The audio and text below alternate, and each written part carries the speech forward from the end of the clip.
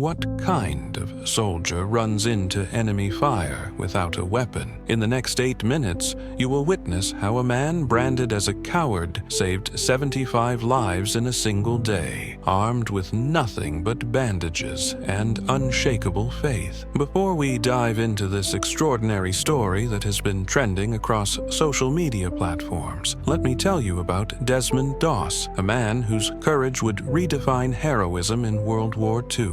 Born in Lynchburg, Virginia, in the year 1919, Doss grew up in a deeply religious family where his mother, Bertha, instilled strong Seventh-day Adventist beliefs that would shape his entire life. His father, William, a carpenter and World War I veteran, struggled with alcoholism, creating a tumultuous home environment that would profoundly impact young Desmond's worldview. A pivotal moment occurred when Desmond was just 9 years old. He witnessed his drunken father threatening his uncle with a loaded gun during a family dispute. This traumatic incident would cement his pacifist beliefs forever, leading him to make a solemn vow never to touch a weapon. As a teenager, Doss worked at a local lumber mill while attending Park Avenue Seventh-day Adventist Church, where a framed picture of the 10 Commandments, particularly the 6th commandment, "Thou shalt not kill," reinforced his convictions daily. When Pearl Harbor was attacked on December 7th, 1941, Doss faced an impossible choice that would test his faith and courage: stay true to his beliefs as a conscientious objector, or serve his country in its hour of need. Unlike many who claimed religious exemption, Doss chose a harder path. He enlisted as a combat medic while refusing to carry a weapon, preferring to call himself a conscientious cooperator rather than an objector. His arrival at Fort Jackson for basic training marked the beginning of a brutal test of his convictions. Fellow soldiers saw his refusal to touch a weapon as cowardice, subjecting him to relentless harassment. They threw boots at him during prayer times, urinated on his bed, and tried everything to break his spirit. One sergeant, frustrated by his inability to force Doss out legally, promised to make his life so miserable that he would either quit or transfer. During rifle training, while others practiced shooting, Doss would sit quietly reading his Bible, earning further scorn from his peers. Despite the persecution, Doss found personal joy during this period, marrying Dorothy Schutte, a young woman he had met at church before shipping out to the Pacific Theater. His unit first saw action in Guam in 1944,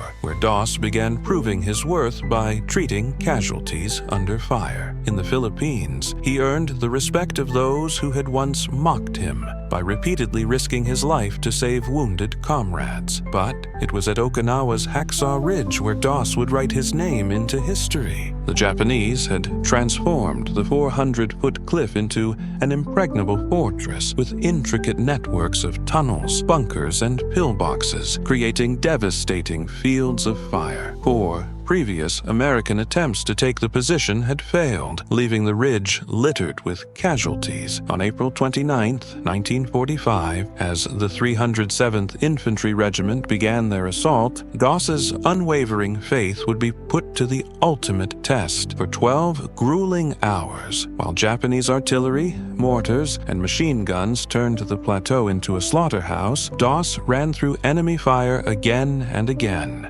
locating wounded soldiers, treating their injuries, and devising a unique rescue technique using a double bowline knot to lower them safely down the cliff face. Between each rescue, he would whisper the same simple prayer: "Lord, help me get one more." This became his mantra, driving him forward despite exhaustion, despite the bullets, despite everything logic said was impossible. One particularly dramatic rescue involved crawling 25 yards under machine gun fire to reach a soldier shot through both legs, then dragging him back to safety while using his own body as a shield. Military historians later confirmed that Doss saved at least 75 men that day, though some estimates place the number even higher. His incredible streak of survival could not last forever. On May 21st, still on Hacksaw Ridge, a grenade explosion sent shrapnel into his legs. Rather than call for help, He treated his own wounds and waited 5 hours for stretcher bearers, only to roll off the stretcher when they came under attack, insisting they take another wounded man instead. Later, a sniper's bullet shattered his arm, forcing him to crawl 300 yards to safety,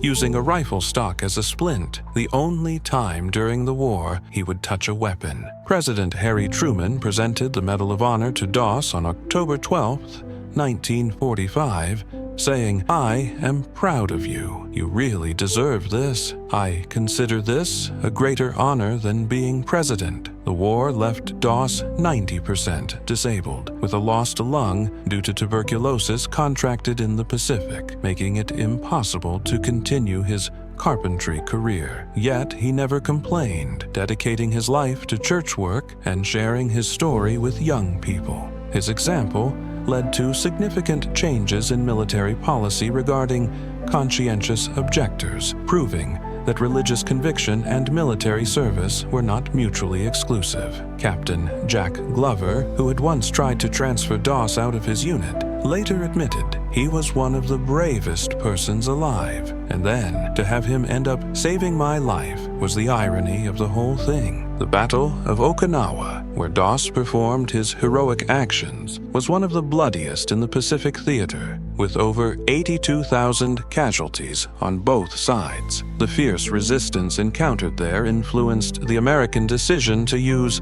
atomic weapons on Japan. In his later years, Doss rarely spoke about his medals or achievements, preferring to live quietly with his second wife, Frances, after Dorothy's death in 1991. When asked about his heroics, he would simply say, "I was just doing what I thought was right." The real heroes are the ones who did not come back. Today, military chaplains often use Doss's story to discuss moral courage and the balance between duty and personal beliefs. His example has helped shape policies protecting religious freedom in the armed forces, while his son, Desmond Doss Jr., continues to share his father's story, emphasizing how ordinary people can accomplish extraordinary things when guided by unwavering conviction. The 2016 film Hacksaw Ridge brought Doss's story to new generations, though director Mel Gibson admitted they had to tone down some of Doss's actual achievements because they seemed too incredible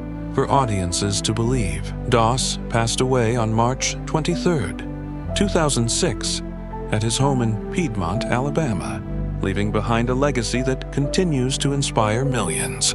Desmond Doss's greatest legacy is not hanging in the Pentagon or etched in history books. It is pulsing through the veins of 75 soldiers who came home to raise families, build careers, and live full lives because one man refused to pick up a gun. His story forces us to confront a haunting question: what would you sacrifice for your beliefs? In today's world of TikTok bravery and Instagram heroism, Doss's actions scream a truth we have forgotten. Real courage is not trending for 15 seconds. It echoes for generations. Imagine this: you're clinging to a blood-soaked cliff, bullets shredding the air. A hand grabs yours. No rifle, no armor, just a medic whispering, "Trust me." That is the power of one person's conviction. Doss did not just save lives. He shattered the myth that strength requires violence. While influencers chase clout, his legacy dares us. Be the hand that lifts,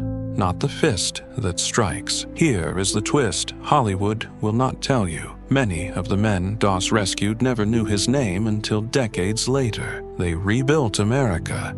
Teachers, fathers, inventors, blind to the fact that a coward had rewritten their fate. Now, it is your turn. 75 lives, one vow, 0 bullets. Hit like if you believe true heroes save lives, not take them. Subscribe to Seek Pro and join thousands uncovering history's untold rebellions against the impossible. Desmond's flame still burns, but will you carry the torch?